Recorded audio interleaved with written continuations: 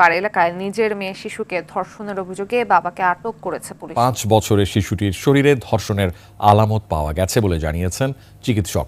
বাড়িতে বেড়াতে গিয়ে ধর্ষণের শিকার হয়েছে 4র্থ শ্রেণীর এক ছাত্র। পঞ্চগড়ের 3 বছরের শিশুকে ধর্ষণ চেষ্টার অভিযোগে প্রতিবেশী এক যুবককে গ্রেপ্তার করেছে পুলিশ। 4র্থ শ্রেণীর ছাত্রীকে ধর্ষণের অভিযোগ পাওয়া গেছে। গভীর রাতে ভাই বোনদের নিয়ে ঘুমিয়েছিল 14 বছরের মেয়েটি। এ সময় ঘরে ঢুকে বাবা আনারুল ইসলাম শুরু করে পাশবিক নির্যাতন।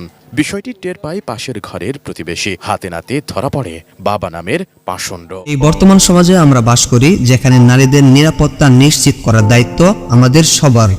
কিন্তু দুঃখজনকভাবে বর্তমান সময়ে ধর্ষণ একটি ভয়াবহ সমস্যা হয়ে দাঁড়িয়েছে। বাংলাদেশে ধর্ষণের হার বেড়ে চলছে এবং এই ভয়াবহ অপরাধ আমাদের পরিবার ও সমাজের ভিত্তিকে নষ্ট করছে। আজ আমরা আলোচনা করব কিভাবে এই বিপদ থেকে নিজেদের এবং আমাদের প্রিয়জনদের সুরক্ষিত রাখা যায়। বর্তমানে ধর্ষণ শুধু একটি অপরাধ নয়, এটি মানবতার বিরুদ্ধে একটি অপরাধ। ধর্ষণ শুধু একজন ব্যক্তিকে নয়, একটি পুরো পরিবার ও সমাজকে ক্ষতিগ্রস্ত করে। কিন্তু প্রশ্ন হলো, আমরা কি সচেতন? আমরা কি জানি কিভাবে এই অপরাধ প্রতিরোধ করা যায়? প্রথম ধাপ হলো সচেতন হওয়া। আমাদের জানতে হবে কোথায় আমরা নিরাপদ এবং কোথায় আমরা ঝুঁকির মুখে। যদি রাতে বাইরে বের হতে হয় তাহলে চেষ্টা করুন পরিচিত কারোর সঙ্গে থাকার। অপরিচিত বা সন্দেহজনক স্থান এড়িয়ে চলুন। নিয়মিত আপনার অবস্থান পরিবার বা বন্ধুদের জানান। অপরিচিত কারোর সঙ্গে যাতায়াত করলে সতর্ক থাকুন। নিজেকে সুরক্ষিত রাখতে কিছু সাধারণ নিয়ম মেনে চলা জরুরি। নিজের অবস্থান জানানো, পরিবারের সঙ্গে আপনার চলাফেরা পরিকল্পনা শেয়ার করুন। জরুরি নম্বর, আপনার মোবাইলে 999 এবং প্রয়োজনীয় পরিবারের সদস্যর নম্বর সংরক্ষণ করুন।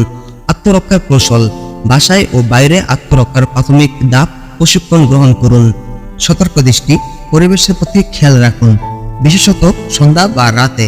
এই ছোট ছোট পদক্ষেপগুলো আপনার জীবন রক্ষা করতে পারে। ধর্ষণকারীদের বিরুদ্ধে ব্যবস্থা নেওয়ার ক্ষেত্রে আমাদের ভূমিকা অত্যন্ত গুরুত্বপূর্ণ। যদি কোনো ঘটনা ঘটে সঙ্গে সঙ্গে থানায় অভিযোগ জানান। প্রমাণ সংগ্রহে যত্নশীল থাকুন। বিচার প্রতিক্রিয়ায় সহযোগিতা করুন এবং সাহসের সঙ্গে অন্যদের পাশে দাঁড়ান। আপনার একটি পদক্ষেপ হয়তো ভবিষ্যতে অন্য কারো জীবন বাঁচাতে সাহায্য করবে। সমাজের প্রত্যেকটি স্তরে সচেতনতা তৈরি করা জরুরি। স্কুল, কলেজ, অফিস এবং পারিবারিক পরিবেশে এই বিষয়ে আলোচনা করুন। ধর্ষণের ভয়াবহতা এবং এর প্রভাব সম্পর্কে শিক্ষা দিন। ধর্ষণ প্রতিরোধ সম্ভব যদি আমরা সবাই সচেতন হই এবং একসঙ্গে কাজ করি। পরিবারের জন্য এবং সমাজের জন্য এই সচেতনতা জরুরি। মনে রাখুন, ধর্ষণ কোনো নারীর দোষ নয়, এটি একটি অপরাধ যার জন্য অপরাধীকে শাস্তি পেতে হবে। সতর্ক থাকুন, সচেতন থাকুন এবং আমাদের সমাজকে একটি নিরাপদ আশ্রয়স্থল হিসাবে গড়ে তুলুন। আপনারা সচেতন হলে সমাজও সচেতন হবে। ধর্ষণমুক্ত বাংলাদেশ করতে আমাদের সবাইকে একসঙ্গে কাজ করতে হবে। আমরা বেশ কিছুদিন আগেও কিন্তু একটা মেয়েকে হারিয়েছি। নাম ছিল তার আসিয়া। তাকে ধর্ষণ করে তারপর তার শরীরে বিভিন্ন জায়গায় আঘাত করে 7 দিন হাসপাতালে থাকার পর আসিয়া পৃথিবী থেকে বিদায় নেয়। আমাদের বাংলাদেশ হবে ধর্ষণ মুক্ত বাংলাদেশ, যাতে আমাদের মা বোনেরা রাস্তায় বের হলে ধর্ষণের ভয়ে না থাকতে হয়। এটাই আমাদের চাওয়া ডক্টর ইউনূস স্যারের কাছে। চলুন আমরা সবাই মিলে আমাদের বাংলাদেশকে পরিবর্তন করি। দেশ আমার, আপনার এবং আমাদের সবার। তাই সবাইকে দেশের জন্য কাজ করতে হবে। ইনশাল্লাহ আপনারা যদি চেষ্টা করেন, একদিন এই বাংলাদেশ সোনার বাংলাদেশ হবে, ধর্ষণ মুক্ত বাংলাদেশ থাকবে। সবাই ভালো থাকবেন। আল্লাহ হাফেজ। যারা এখনো এই চ্যানেলটি সাবস্ক্রাইব করেন নাই, প্লিজ সাবস্ক্রাইব করবেন। আর এই ভিডিওটি আপনাদের কেমন লাগলো অবশ্যই তা কমেন্ট করে জানাবেন।